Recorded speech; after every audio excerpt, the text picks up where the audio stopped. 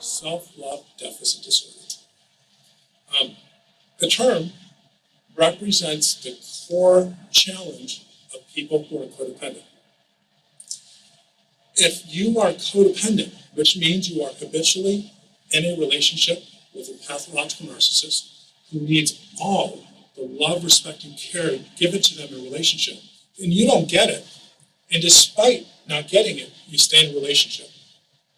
So every one of my codependent or self-love deficit disorder clients will say that if they had self-love, they would not stand for the pain, the harm that they experience in relationships.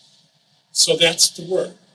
It describes the essential core problem of codependency, and inherent in the term is a solution.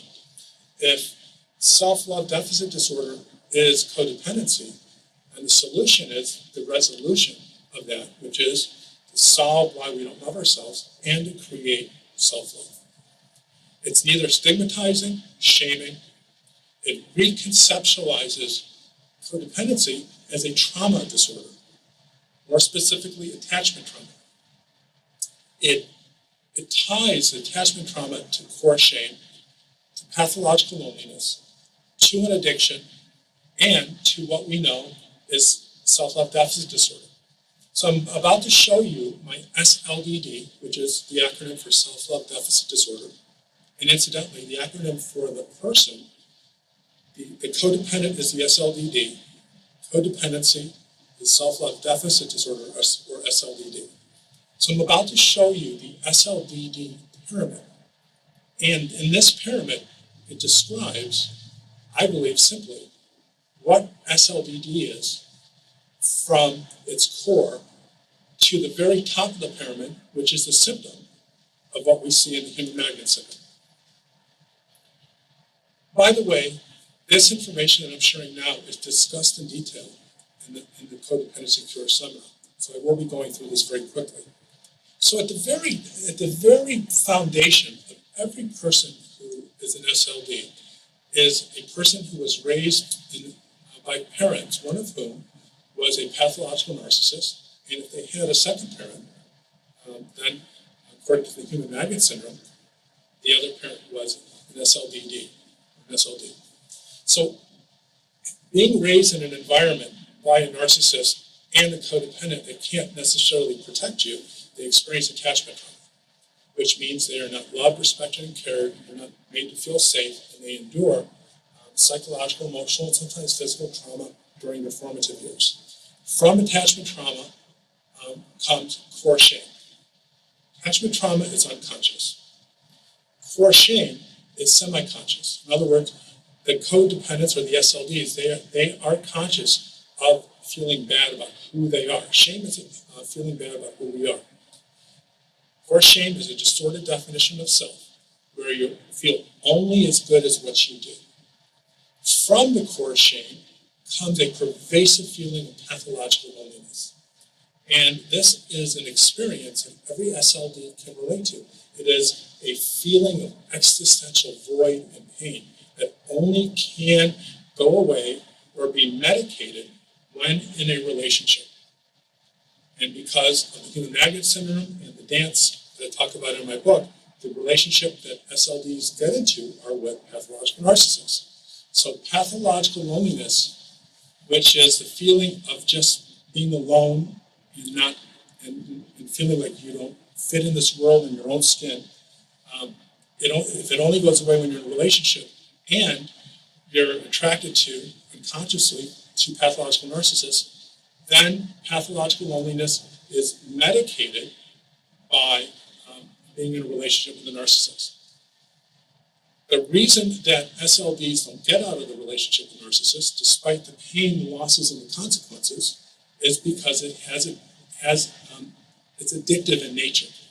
That once you stop your drug of choice, which of course doesn't really make you feel good, but talk to any addict who is using a drug, they're using it now because to avoid the pain of not having it. So it becomes an addiction. You use it so you don't feel bad. That's where we have SLDD addiction. And from the addiction is the symptom of what people call codependency or self-love deficit disorder. So there you have it. SLDD is the term for codependency, and SLDD is a symptom of the problem, and the problem is attachment trauma. But if I am going to create a new name for disorder and attempt to break this stigma, to give people something to hope for, give people something to dream about, to one day love themselves, one day be able to stand up for themselves and break free from this life that is imbued and overwhelmed by these dysfunctional relationships where they feel that they're in the margin of the world and they're forgotten or invisible.